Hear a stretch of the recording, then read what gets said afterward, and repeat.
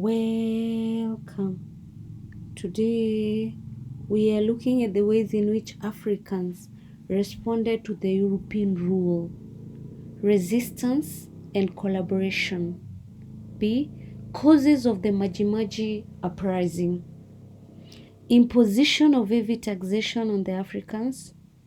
Forced labor on cotton fields, settlement farms, and the roads was resented. The local rulers, the Arab Swahili headsmen, that is Jumbes, and the chiefs, which is the Akindas, were hated for their brutality. The Germans were resisted due to their harsh and ruthless rule.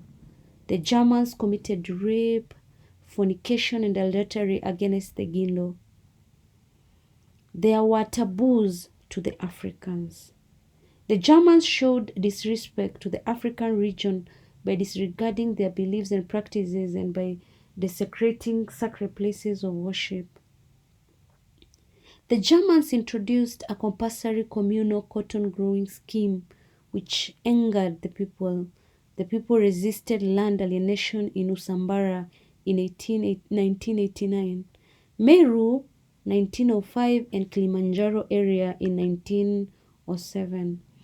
The religious leader Kinjeketile Ngwale instilled confidence by uniting them and sprinkling on them magic water to give them immunity against the bullets. The people guarded their independence. The Germans persuaded some Africans to grow cotton in dry and sustainable areas in South. Africans incurred heavy losses due to crop failure. This caused the war. Consequences of the Maji Maji uprising.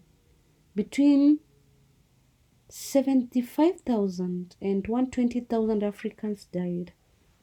Villages and crops were burnt down. Famine affected people as farms and granaries were destroyed. Economic activities such as agriculture and trade were disrupted. African leaders were either imprisoned or hanged, and Africans were demoralized. Families were displaced. The rebellion undermined African belief in the region as Kinjeketile's magic water failed to protect them from the bullets. It created ill feelings among the communities after the war, but later the uprising united the communities more, stirring up nationalism.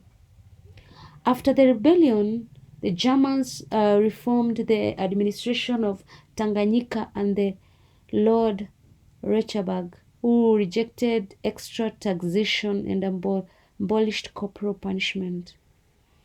Why Maji Maji rebellion failed? The Germans had superior weapons. German soldiers were well trained, organized, and had better military tactics. The African fighters were demoralized as the magic water failed to protect them from the German bullets. The Africans in South Tanganyika were discouraged. The Africans in southern Tanganyika were disorganized.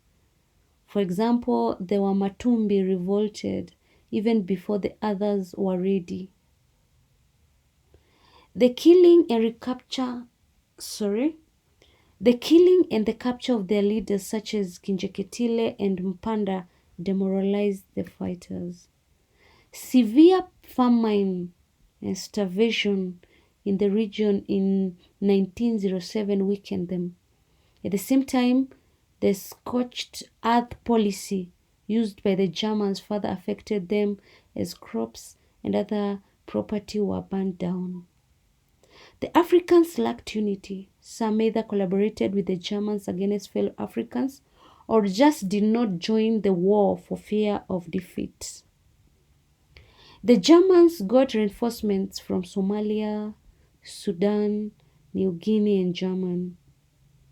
Reforms made by the Germans after Maji Maji rebellion. Corporal punishment was abolished. Governor Reichenberg rejected extra taxation. Settlers who mistreated workers were punished. Forced labor was stopped. Africans were encouraged to grow cotton for their own benefits as communal cotton growing was stopped. Africans were involved in administration as their kindas and the jumbes. Newspapers that incited settlers against Africans were censored. Medical services and educational facilities for Africans were improved. Kiswahili became an official language. The Germans attempted to rule fairly through some recognized traditional chiefs. Thanks a lot for subscribing and listening to me. God bless